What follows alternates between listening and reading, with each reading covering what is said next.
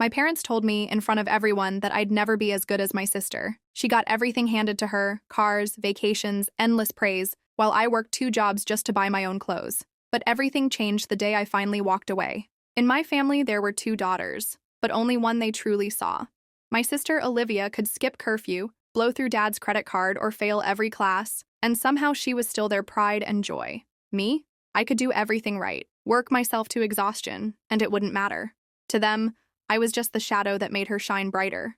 It didn't matter what I did. If I aced a test, they said, "Looks like watching Olivia study is finally paying off." If I saved my own money to buy something, they'd smile and say, "Maybe Olivia inspired you to be more responsible." But if I ever made one mistake, a late homework, a missed chore, I was the failure, the burden, the girl who would never measure up. Family gatherings were the worst. Relatives lined up to ask Olivia about her college plans, her sports, her future. When they turned to me, it was just a casual, "So, what are you doing these days?" And if I stayed quiet, I was antisocial. If I spoke, I was jealous. There was no winning. And Olivia loved it. She'd sit there smiling like she earned her pedestal, whispering digs just loud enough for me to hear. Maybe if you weren't so bitter, they'd like you more.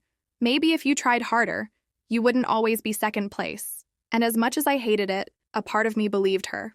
Because in that house, the rules were never the same for both of us. If Olivia forgot chores, I got grounded. If she borrowed money and didn't pay it back, I got the lecture on responsibility. If Mom or Dad had a bad day, somehow it was my fault, never hers. But that night, when my parents said, in front of everyone, that I'd never be as good as Olivia, something shifted inside me. I didn't cry. I didn't argue. I just sat there, staring at my plate, while one thought echoed louder than anything else. Maybe they're right, but maybe I don't care anymore. Because if the only way to matter in that family was to be more like Olivia, then maybe it was time to stop trying to matter to them at all. I didn't plan on leaving that night. I wasn't some rebellious kid storming out to make a point. I'd learned a long time ago that nothing I did ever changed how they saw me. But when I walked into the living room and saw my sister sprawled on the couch, laughing with her friends, while my parents gushed over how responsible she was, something inside me cracked. Just 24 hours earlier, she'd borrowed Mom's car, stayed out all night, and somehow I was the one grounded because I must have known where she was. And now, she was the hero again, the mature one, the daughter they bragged about. My parents looked at her like she could do no wrong, and at me like I was some stranger freeloading off their air. Then came the final straw. Mom tossed me a pile of laundry, her laundry, and told me to be useful for once. Dad added, without looking up from his phone, "Maybe if you helped around here more, you wouldn't feel so left out all the time." My sister smirked and said, "Don't worry, she's used to cleaning up after me." They all laughed. Something inside me went quiet. Not angry, not even sad, just quiet. I realized in that moment they weren't ever going to change. No matter how hard I worked, no matter how much I tried, I was never going to be more than the punching bag, the afterthought, the other daughter. I walked upstairs, shut my door, and for the first time in my life, I didn't cry. I pulled out the envelope I'd been hiding, the one with the money I'd been saving for months from my shifts at the diner. It wasn't much, but it was enough to get me out of there. A bus ticket, a security deposit on a tiny apartment, enough to start over. I packed a single bag. No goodbyes, no explanations. I didn't even leave a note because I knew they wouldn't care. Not really. They'd probably just roll their eyes and tell each other I'd come crawling back when reality hit. But as I zipped up that bag and looked around the room I'd spent my whole life in, I felt something I'd never felt in that house before. Freedom. Terrifying. Uncertain freedom, but freedom all the same. I wasn't leaving because I hated them. I was leaving because I finally understood something they never would. I wasn't worthless. Not anymore. The bus ride out of town didn't feel real. My hands shook as I clutched my one duffel bag, my savings envelope buried deep inside, like it held my entire life, because it kind of did. I stared out the window at the fading streetlights, half expecting to see my parents' car pulling up, demanding I come home. But no one came. No one even noticed I was gone. By the time I got to the city, the adrenaline had worn off, and the fear started to creep in. I didn't know a soul. I didn't have a plan, just a list of cheap apartments I'd circled online and enough money to cover a deposit and maybe a month of rent, if I skipped eating anything more expensive than instant noodles. The first place I found wasn't much. A one-room studio with a leaky sink, a flickering hallway light, and paper-thin walls. The landlord barely looked at me when I handed him cash, just shoved the key across the counter. "No refunds," he muttered. It wasn't home, but at least it was mine. I dropped my bag on the floor, sat cross-legged on the bare mattress, and let it all hit me. For the first time in my life, I was completely alone. No one telling me I was a disappointment, no one telling me I'd never be enough, but also no one telling me anything. If I failed now, there was no one to blame, no one to bail me out. The next morning, I woke up before dawn, my stomach growling, and forced myself to get moving. I picked up extra shifts at the diner, taking every terrible table and double shift they'd give me. I walked to work because bus fare felt like a luxury. Every spare dollar went into a jar marked future, my only reminder that I wasn't just surviving, I was building something. But even as I pushed myself harder than ever, the doubts crept in at night. Lying on that thin mattress, listening to the neighbors argue through the walls, I'd wonder, what if my parents were right? What if I really am nothing without them? Still, every morning, I got up. Every night, I reminded myself that being broke and exhausted in my own place was still better than feeling worthless in theirs.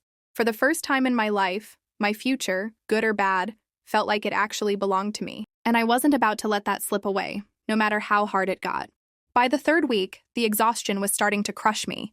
Every morning, I woke before the sun, worked double shifts at the diner, and came home with my feet aching so badly I could barely stand. I was surviving, just barely, but that wasn't why I left.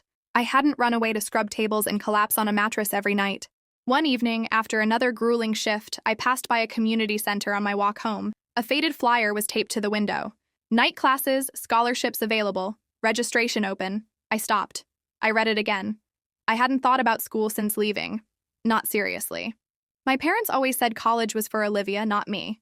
She's the smart one. You're more practical, they'd say. But I wasn't going to work the diner forever. I couldn't. The next day, I scraped together the courage to walk inside. The woman at the front desk looked surprised to see me. "You here to sign up?" she asked. I hesitated. "I don't have money for tuition." She slid a pamphlet toward me. "Scholarships? If you want it bad enough, we'll help you find a way." For the first time in weeks, I felt something that wasn't fear or exhaustion.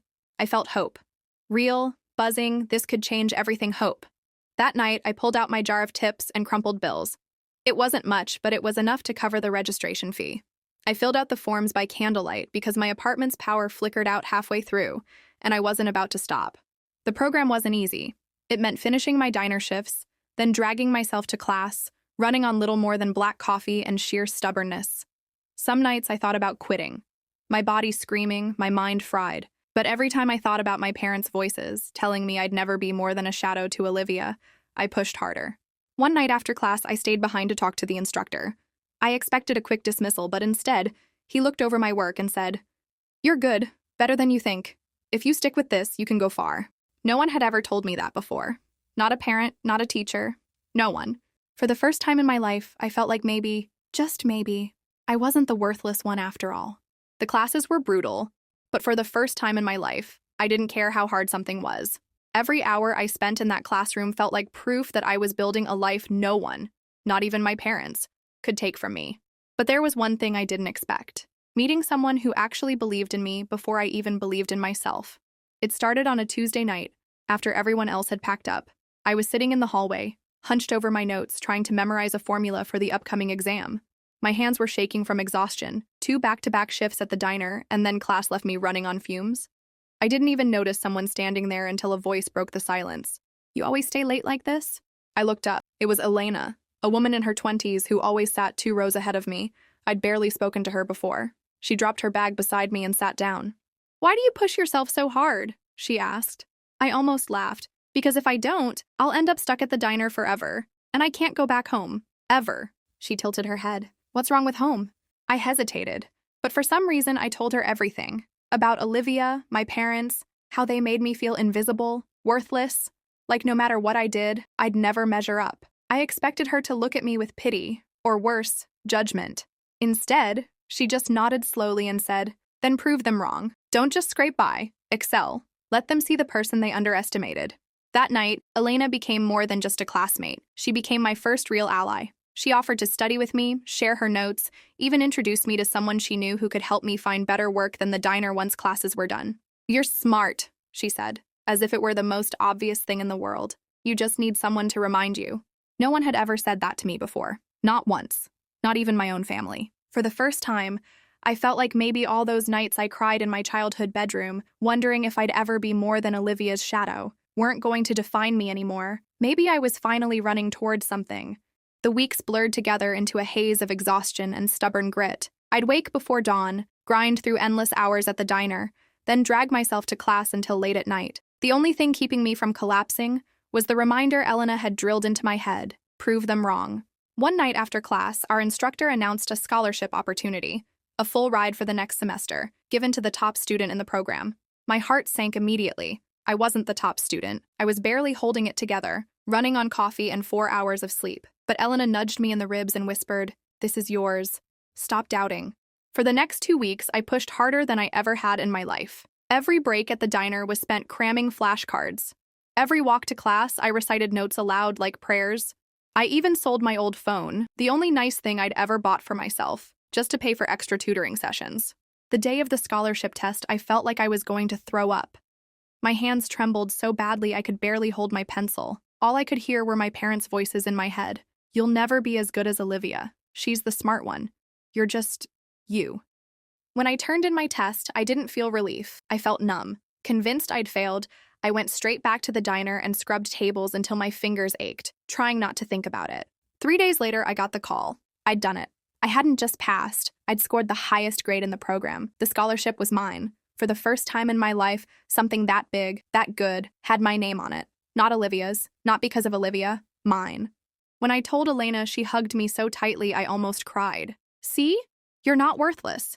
You were just stuck in a house that convinced you were." That night, sitting in my tiny apartment with the scholarship letter in my hands, I let myself imagine a future, a real one. Not as a shadow, not as a disappointment, but as someone who'd finally carved out a life no one could take credit for but me. It was just one win, but it felt like the first real proof that leaving home hadn't been a mistake. While I was piecing together my own life, Olivia's picture-perfect world was starting to unravel.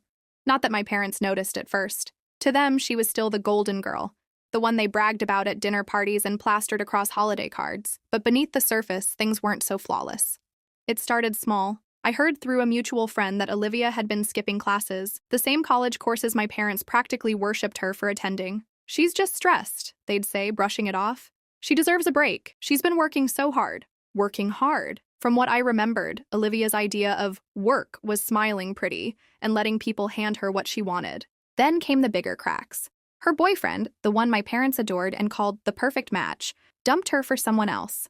Apparently, Olivia had been draining his money, throwing parties, and skipping out on her own bills. Instead of owning up to it, she spun the story to our parents, claiming he was jealous of her success. And of course, they believed every word. But her luck didn't hold forever. I found out through social media, not from Olivia, not from my parents, that she'd been put on academic probation. Her grades had tanked so badly she was 1 semester away from getting kicked out. My parents never mentioned it to me, probably because they were too busy defending her to anyone who would listen. "Olivia's just overwhelmed," they'd insist. "She's got so much on her plate." Meanwhile, I was thriving quietly. I didn't rub it in, didn't even reach out. I was too focused on keeping my own momentum going.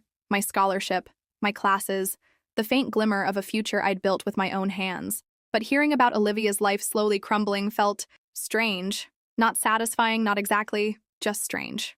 For years, I'd dreamed of a moment where she'd finally get what she deserved, where people would see the truth behind her golden girl act. But when it finally started happening, I didn't feel the rush of victory I thought I would. Instead, I felt something I hadn't expected: distance. For the first time, Olivia's chaos didn't affect me. Her downfall wasn't my problem anymore. Still, a tiny part of me wondered, when her world fully falls apart, and I knew it would my parents finally look at me differently? Or would they just find another way to make her mistakes mine? Either way, I wasn't going back. By the time Olivia's perfect image was starting to crumble, my world was finally starting to take shape. For the first time in my life, I wasn't just surviving. I was building something real. It started with a single email. Late one night, after a double shift at the diner and another 3-hour study session, I opened my laptop and saw the subject line: "Congratulations, internship offer." I blinked at it, certain it had to be a mistake. I'd applied weeks ago to a competitive internship tied to my program, never expecting to even hear back. And now, I had it. Paid, part-time, and a direct path into a career I'd once thought was impossible for someone like me. The next morning, when I walked into class, I almost didn't tell anyone. But Elena noticed the grin I couldn't hide. "You got it, didn't you?" she said, hugging me before I could even answer. Told you, this is just the start. The internship changed everything. I still worked the diner to cover bills, but now, during the day, I was actually doing something I cared about. For the first time, my work didn't just feel like survival, it felt like progress. My supervisor, a no-nonsense woman named Carla, saw how hard I was willing to push myself. People who claw their way up like you, she said one day, almost offhandedly, they're the ones who make it. Every compliment felt surreal. I wasn't used to being seen, let alone praised. Back home, any success I had was either dismissed or handed over to Olivia as something she must have inspired. But here, no one even knew who Olivia was. My achievements belonged to me. That night, I came home to my little apartment, still tiny, still with flickering lights and paper-thin walls, and looked around. It was far from perfect, but it didn't feel temporary anymore. This wasn't just a place I ran to. It was the first stepping stone toward the life I actually wanted. For so long, I thought escaping my family would mean living with a permanent hole, like I'd always be incomplete without their approval. But now, with each day, each class, each hour at that internship, I felt like I was finally becoming someone new, someone who didn't need their validation. And deep down, I knew, if Olivia could see me now, thriving without a single ounce of their help, it would drive her insane. But for once, that didn't matter. This wasn't about her anymore. While my life was finally starting to rise, Olivia's world was falling apart faster than anyone could spin it into another "she's just stressed" excuse. The stories started trickling to me through friends and social media, not from my parents, of course. They were too busy pretending everything was fine, clinging to the image of their perfect daughter. First came the probation. Olivia's grades had plummeted so badly, the college sent her a formal warning. One more failed class and she'd be expelled. My parents brushed it off as unfair professors and told everyone she was taking fewer classes by choice. The truth? She wasn't going to class at all. Then came the eviction. The off-campus apartment my parents were paying for? Gone. Not because they couldn't afford it. They were still bankrolling her every whim. But because Olivia had been throwing parties so often that the neighbors petitioned the landlord to kick her out, my parents smoothed it over, found her another place, and told everyone she needed a change of scenery. But the worst hit came when her boyfriend, the one they called the man who will make our daughter's life perfect, broke up with her publicly. And not just a breakup. He posted screenshots of texts, showing Olivia bragging about draining his accounts, mocking him behind his back, and calling him the backup plan in case her real options didn't work out.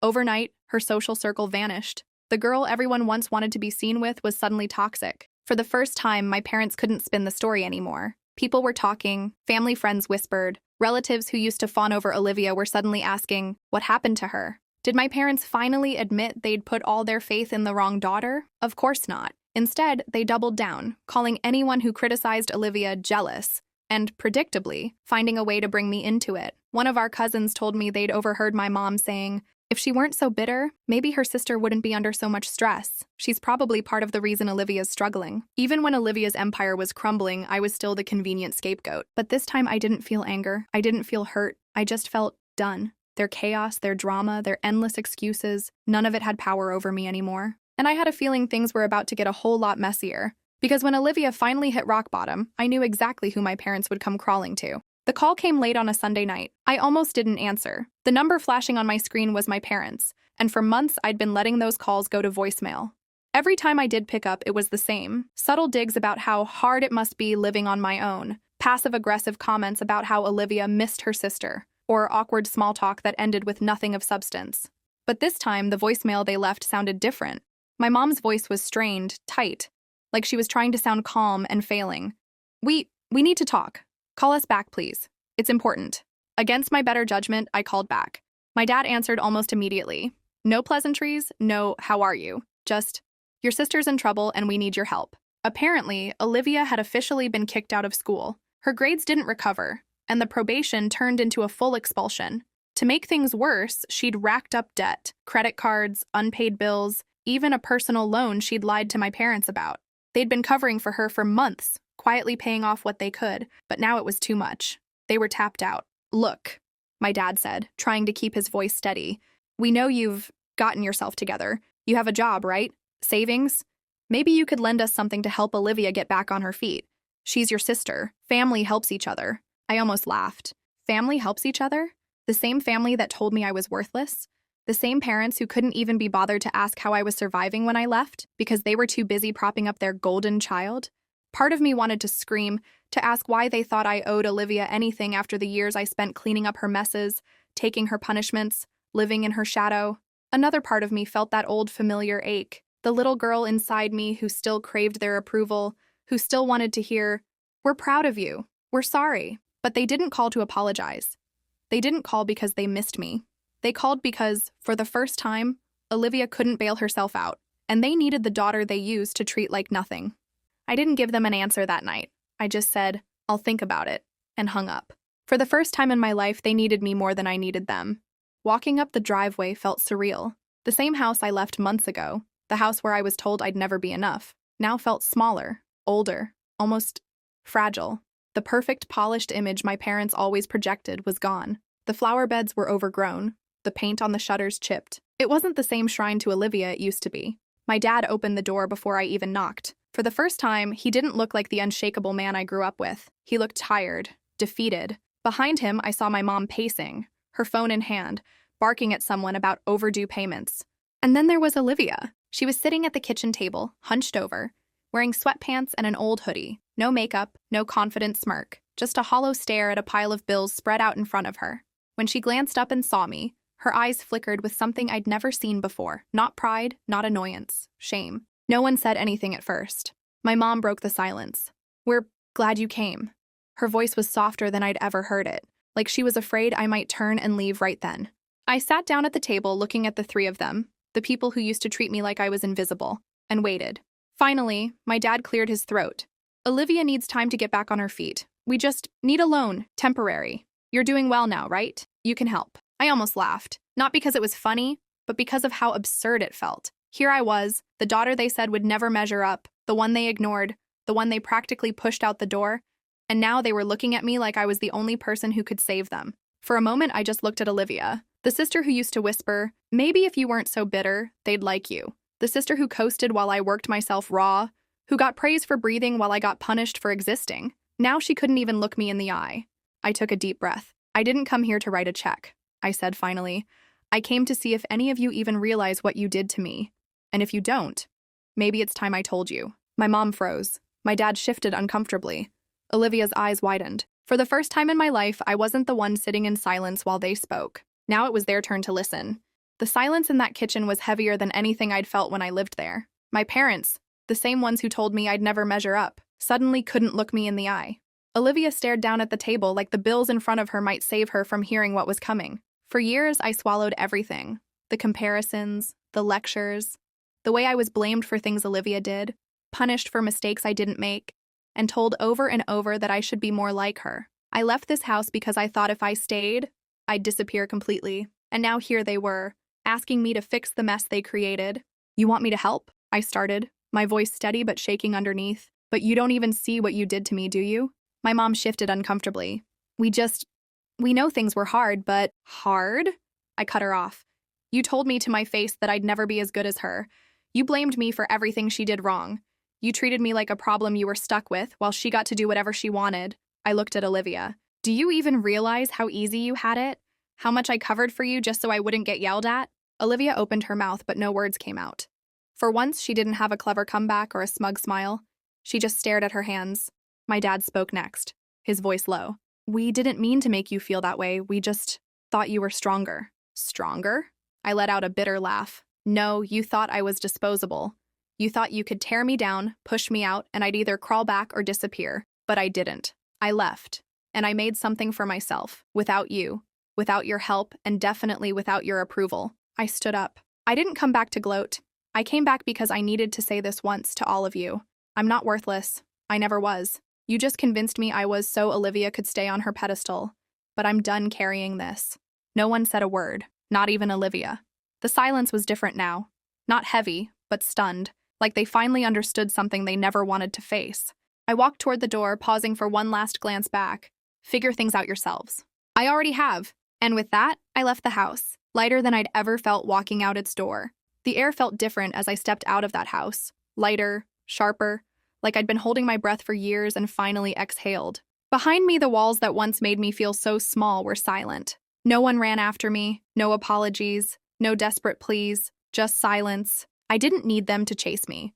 For the first time in my life, I wasn't leaving to prove a point or to make them see my worth. I was leaving because I finally understood it myself. The walk back to the bus station felt surreal.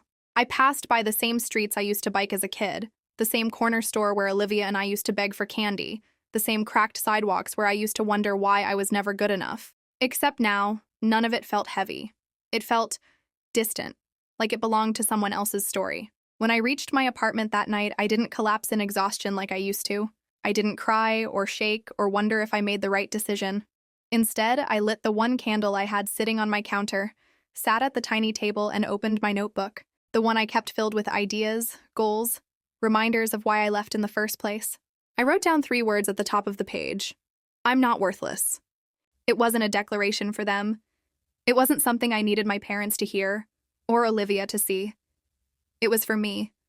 A line in ink to remind myself of what I'd fought for, what I'd built, and what I'd never let anyone take away again. The phone buzzed once that night. My parents, again. This time I didn't even look at the message. I silenced the phone, closed the notebook, and for the first time in years, I let myself smile. A real, unforced smile. I wasn't the forgotten daughter anymore. I wasn't second best. I wasn't anyone's shadow. I was free, and the life I was building, it was finally mine. And as for the people who once told me I'd never be as good as Olivia, they can watch from a distance, because I'm just getting started.